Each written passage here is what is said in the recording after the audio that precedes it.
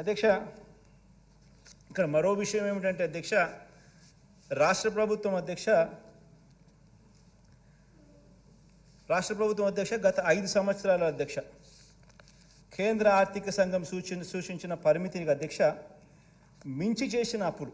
ఇది కూడా మనం ఏందంటారా, ఇది కూడా ఈ గిట్టని వాళ్ళందరూ కూడా విపరీతంగా ఆయన అప్పులు చేస్తూ ఉన్నాడు, విపరీతంగా తీసుకొచ్చేస్తున్నాడు, విపరీతంగా అది తీసుకొస్తున్నాడు, ఇది తీసుకొస్తున్నాడు, ఇది చెప్పడం లేదు, అది చెప్పడం లేదు, ఇష్టం వచ్చినట్టుగా మన మీద ఆరోపణలు చేసేవాళ్ళు మాట్లాడుతాడు. ఈనాడు ఒకడు, ఆంధ్రజ్యోతి ఒకడు, ఆ TV5 ఒకడు, ఆ చంద్రబాబు నాయుడు ఒకడు, వీళ్ళు కాక సగం తెలిసి సగం తెలియని కొంతమంది ఆయన అనుంగ బ్యాచ్. ఇదంతా కూడా ఈ కౌరవ సైన్యంలో భాగస్తులుగా ఈయనంతా మిగతా వాళ్ళు కూడా మాట్లాడుతుంటారు.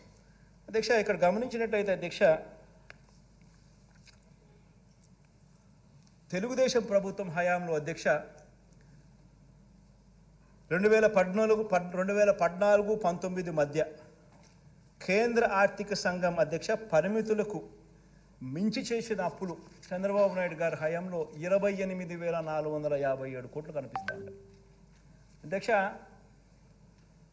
మీరు గమనించినట్లయితే ఫిజికల్ డెఫిసిట్ అంటే రాష్ట్ర ప్రభుత్వం తీసుకొచ్చిన అప్పులు.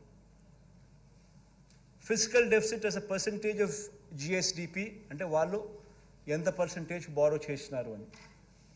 Fiscal deficit as recommended by finance commission అంటే ఫైనాన్స్ కమిషన్ రికమెండేషన్స్ ఏమిటి అని. Fiscal deficit as permitted by recommendations, finance commission recommendations ప్రకారం what is the permitted number అని చెప్పి. చంద్రబాబు నాయుడు హయాంలో పర్మిటెడ్ నెంబరు వర్సెస్ రాష్ట్ర ప్రభుత్వం తీసుకొచ్చిన డెట్టు గమనించినట్టయితే ప్రతి సంవత్సరము ఎక్సెస్సే.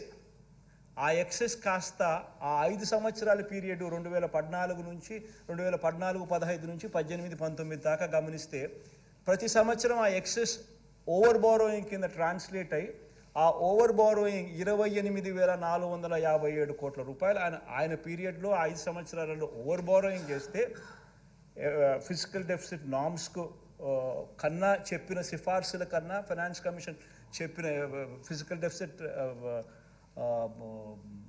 నామ్స్ ప్రకారం చేయాల్సిన దానికన్నా కూడా వీళ్ళు ఎక్కువగా చేస్తే, ఫిజికల్ బారోయింగ్ లిమిట్స్ కన్నా ఎక్కువగా బారో చేస్తే 28,457 కోట్లు వాళ్ళు బారో చేస్తే మన హయాంలో అధ్యక్ష ఆ ఫిజికల్ డెఫిసిట్ రికమెండేషన్స్కు మనం ఫిజికల్ డెఫిసిట్ పరంగా మనం బారో చేసిన అమౌంట్ ఈ రెండింటినీ కంపేర్ చేస్తే ఈ 5 సంవత్సరాలలో 366 కోట్లు మనకు రికమెండేషన్ చేసిన దానికన్నా తక్కువ బారో చేసిన పరిస్థితులు కనిపిస్తూ ఉన్నాయి.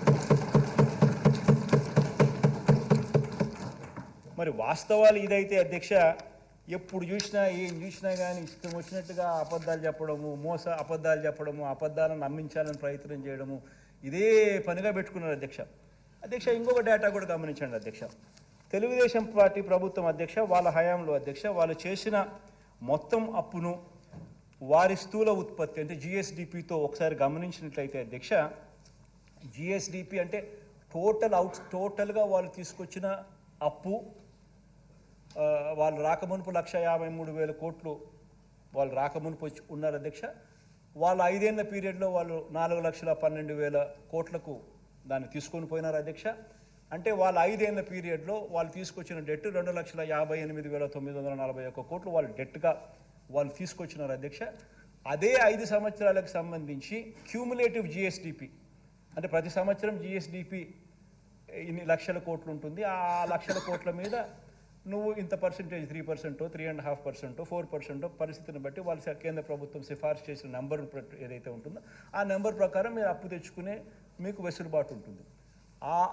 ఆ GSDP నెంబర్స్ ఆ 5 సంవత్సరాలకు కూడా కలిపితే క్యూములేటివ్గా కలిపితే 34,73,475 కోట్ల రూపాయలు అయితే ఈయన తీసుకొచ్చిన అప్పు 2,58,000 కోట్లు 941 కోట్లు అయితే 7.5% ఆయన చంద్రబాబు నాయుడు గారు GSDP మీద క్యూములేటివ్ GSDP మీద ఆయన క్యూములేటివ్గా ఆయన తీసుకొచ్చిన అప్పుల పర్సంటేజ్.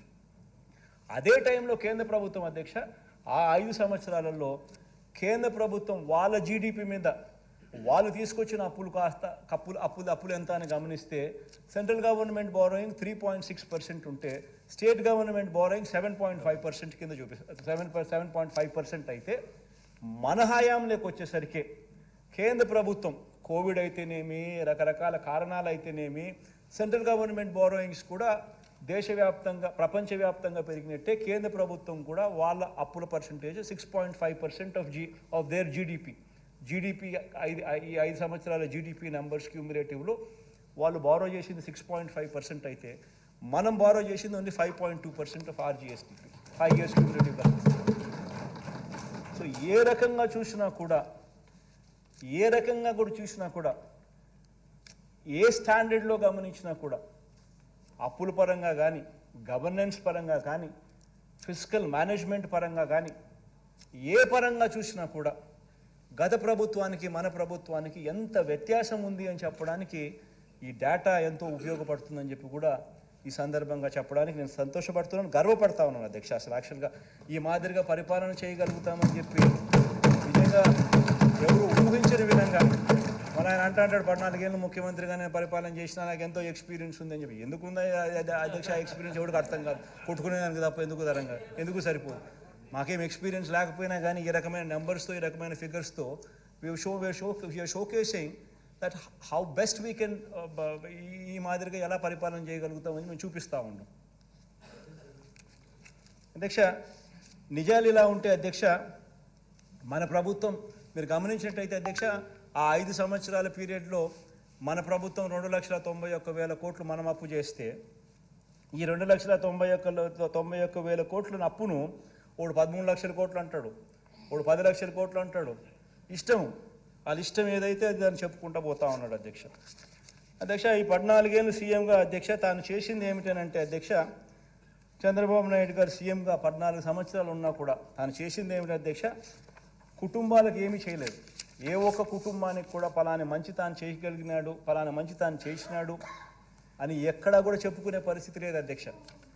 నేను ఈ మధ్యకాలంలోనే నా లాస్ట్ 2 స్పీచ్లలో కూడా చెప్తా ఉన్నా, ప్రతి ఇంటికి వెళ్ళమని చెప్తా ఉన్నా, ప్రతి ఇంటికి వెళ్ళి అడగమని చెప్తా ఉన్నా, 10 సంవత్సరాల బ్యాంక్ అకౌంట్ తీసుకోమని చెప్తా ఉన్నా. ఆ ఇంట్లో ఉన్న ఆ లబ్ధిదారుడు, ఆ ఇంట్లో ఉన్న ఆ అక్క చెల్లెమ్మలు 10 సంవత్సరాల వాళ్ళ బ్యాంక్ అకౌంట్ వాళ్ళే తీసుకుని, చంద్రబాబు నాయుడు 5 సంవత్సరాల బ్యాంక్ అకౌంట్ డీటెయిల్స్, మన 5 సంవత్సరాల మన పరిపాలనలో ఉన్న బ్యాంక్ అకౌంట్ డీటెయిల్స్ వాళ్ళనే చూడమని చెప్తా ఉన్నాం. చంద్రబాబు నాయుడు గారు 5 సంవత్సరాల కాలంలో కనీసం ₹1 అయినా వాళ్ళ బ్యాంక్ అకౌంట్కు చేరిందా అని చెప్పి వాళ్ళని అడగమని చెప్తా ఉన్నాం. అదే ఈ ప్రభుత్వ హయాంలో, మన ప్రభుత్వ హయాంలో ఎన్ని లక్షల రూపాయలు ఆ బ్యాంక్ అకౌంట్లోకి డబ్బులు పడిందో వాళ్ళనే అడగమని చెప్తా ఉన్నాం, వాళ్ళనే గమనించమని అడుగుతాం.